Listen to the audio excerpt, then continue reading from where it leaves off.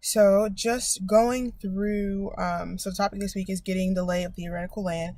And I really think that the readings did a very good job at doing that. The first reading that I read was the Franklist tourism introduction chapters. And so those chapter one and it was chapter one and two. And then you get into like, what is tourism? I think that's what it is. But I agree and I understand that tourism does take a pluralist approach. Like there's different ways to do it.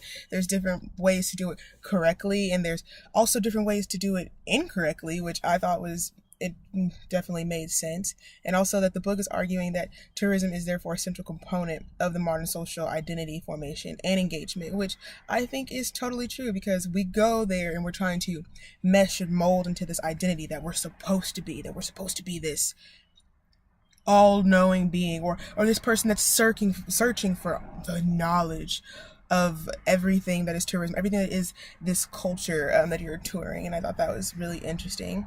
And like more commonly, which I understood tourism to be this like pleasurable thing. This is fun. We do this because we want to have fun, and that is not the case. But it is a cultural activity.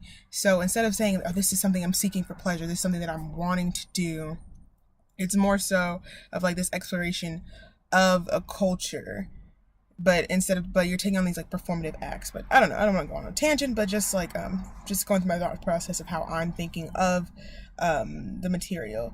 So like tourism as an ordering of globalization, I thought this was pretty interesting because what is it when we talk about Baudelaire? I don't know if that's how you say it, Baudelaire. But they called about Flannery in this touristic word of like going around, going for a stroll and things like that, and how like I'm assuming they like obtained this idea of what tourism is, and so they just kind of like adapted it to their culture.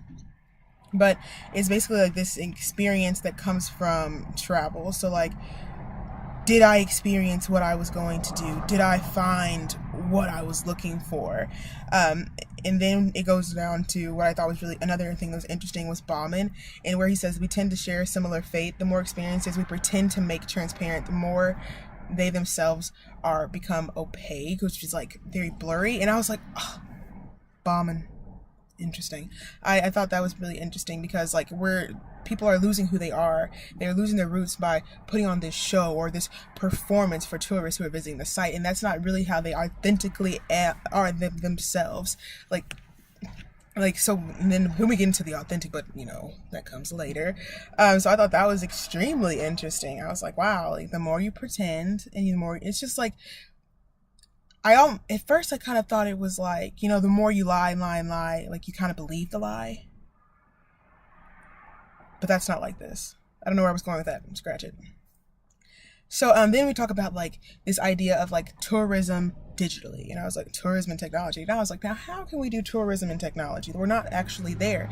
But that's just the whole thing. Like the web is actually acting as this channel that we are wanting to travel. So say the web is this cruise ship or something, or we wanted to find out more about something. So like distance is no longer an issue. Distance is not a problem. If you want to find out more about Portugal, type, find more about it. And the web is set up in a tourist way. Like you visit websites, you find information, you look at pictures. Kind of makes sense. And I was like, wow, Franklin, you're making some points here. And so then we go on from like, so sensing tourism, I thought was really interesting. Like when we talk about Uri's, the tourist gaze and like the behaviors of tourism, how like they're wanting to see or gazing upon something as different or unusual in contrast to familiarity of everyday life. And it's like, what is that, right? So then it talks about like this theories of visual tourism is basically what John Uri and Chris Rojic said.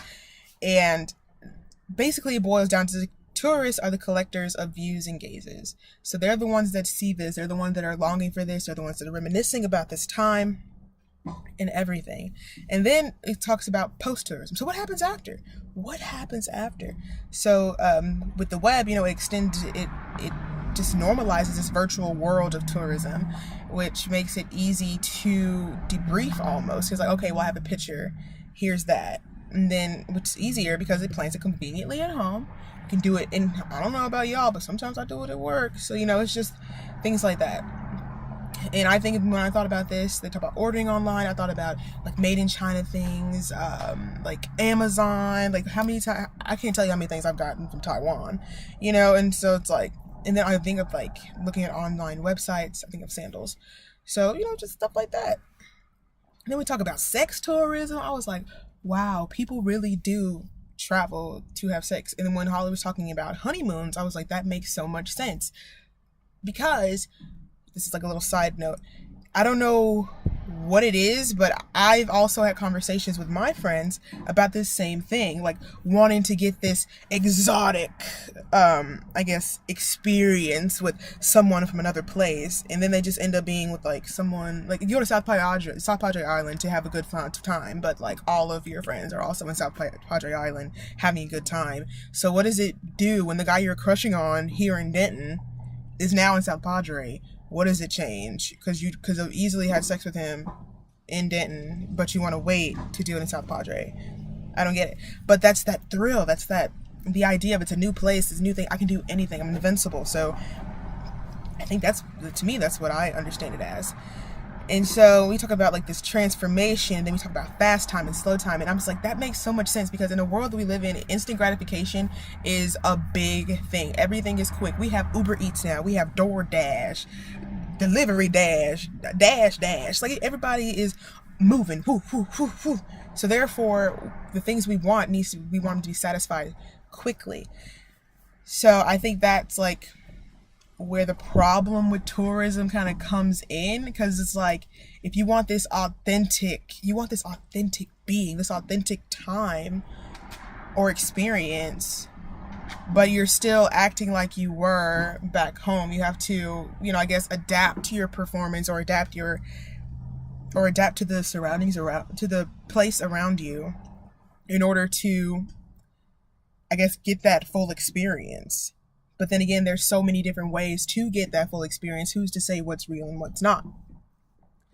So then we talk about the nation state, and then we start talking about the capitalistic nature of tourism and how it brings in money to all these places. And I'm like, that makes so much sense, because like places are trying to be rebuilt. Like I think of New Orleans. Like New Orleans is just like a classic example.